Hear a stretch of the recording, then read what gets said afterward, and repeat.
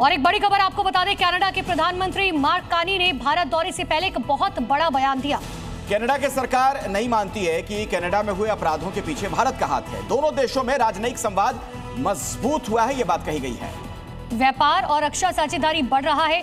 आज शाम तक मार्क कार्नी भारत पहुंचेंगे। कनाडा के रुख में यह बहुत बड़ा बदलाव है जो भारत के रुख का समर्थन करता है। कनाडा के पूर्व प्रधानमंत्री जस्टिन ट्रूडो के भारत पर खालिस्तान समर्थक चरमपंथी की हत्या में शामिल होने के आरोप लगाने के बाद दोनों देशों के रिश्तों में तनाव पैदा हो गया था। अब उससे बिल्कुल अलग तरीके का बयान सामने आ रहा है। कनाडा के प्रधानमंत्री की तरफ से साफ तौर पर यह कह दिया गया है कि भारत का कोई भी हाथ नहीं है। कनाडा में जिस तरीके से अपराध बढ़ रहे हैं, हिंसा के पीछे बिल्कुल भी भारत नहीं है। कार्नी दौरे पर है भारत के। आज शाम वो भारत पहुंचेंगे और 2 तारीख को उनकी पीएम मोदी से मुलाकात भी होनी है।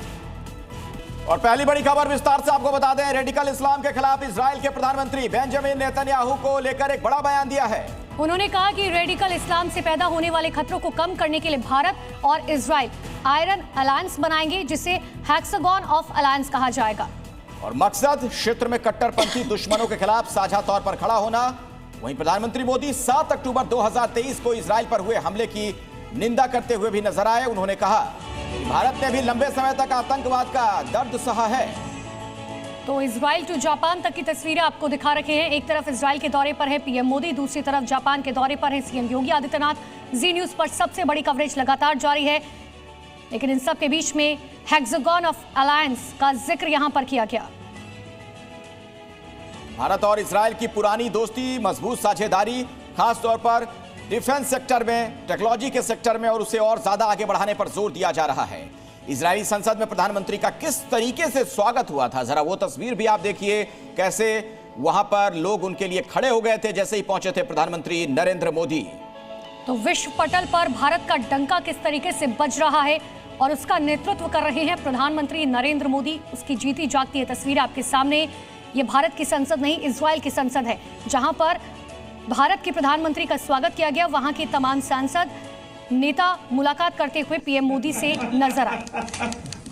और किस गर्मजोशी के साथ प्रधानमंत्री की मुलाकात हुई है बेंजामिन नेतन्याहू से, वो तस्वीरें भी हम आपको लगातार दिखा रहे हैं। और खास बात ये, जो एक नया अलायंस तैयार होने की बात कही जा रही है, 6 देशों का वो समूह होगा कट्टरपंथी ताकतों से निपटने के लिए। ये गठजोड़ बहुत सफल साबित हो सकता है। और इतना ही नहीं, जिस वक्त बेंजामिन नेतन्याहू पीएम मोदी की मुलाकात हुई, बेंजामिन नेतन्याहू भारतीय परिधान में नजर आए। और ये उस वक्त की तस्वीर आपको दिखा रखे हैं जिस वक्त मेडल से सम्मानित किया गया था पीएम मोदी को। और आज के कार्यक्रम की बात करें, मीडिया के सामने दोनों देशों की तरफ से साझा बयान जारी किया जाएगा। होलोकॉस्ट मेमोरियल सेंटर का भी दौरा करेंगे पीएम। और ये हेक्सागन ऑफ अलायंस जिसकी बात हम कर रहे थे, 6 राष्ट्रों का समूह होगा। बेंजामिन ने हेक्सागन ऑफ अलायंस पेश किया है, 6 देशों को इसमें शामिल करने का प्रस्ताव है। देखिए, रेडिकल इस्लाम का मुकाबला किया जाएगा, ये अलायंस का पूरी तरीके से मकसद है। इसके अलावा आर्थिक, राजनयिक और सुरक्षा पर यह केंद्रित अलायंस होगा।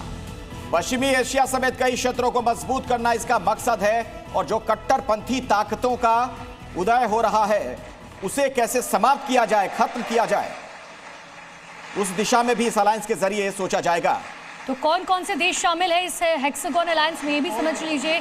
इजराइल, इसके अलावा भारत, ग्रीस, साइप्रस, अफ्रीकी राष्ट्र और अरब राष्ट्र इसमें शामिल होंगे। कट्टरपंथी ताकतों पर काबू करने के लिए एक बड़ी पहल के तौर पर इसे देखा जा रहा है। aims to destabilize societies, to block development and to erode trust. Countering terrorism requires sustained and coordinated global action because terror anywhere threatens peace everywhere. That is why India supports all efforts that contribute to durable peace and regional stability. प्रधानमंत्री नरेंद्र मोदी और Israel के PM की मुलाकात पर AIMIM के chief Asaduddin Owaisi ने आलोचना की है। देखिए, उन्होंने एक्स पर पोस्ट कर लिखा, भारत के प्रधानमंत्री ने इस समय इजराइल जाकर एक वॉर क्रिमिनल को गले लगाया जिसके खिलाफ वारंट है। ये फिलिस्तीनी लोगों के लिए भारत के अपने लंबे समय से चले आ रहे सपोर्ट को दिखाता है। इस मुलाकात को लेकर ओवैसी की आपत्ति, उनका यह कहना था कि ये वॉर क्रिमिनल है और ऐसे में प्रधानमंत्री को उन्हें इस तरीके से नहीं मिलना चाहिए। इसी को लेकर एआईएमआईएम के चीफ असदुद्दीन ओवैसी अब आलोचना कर रहे हैं।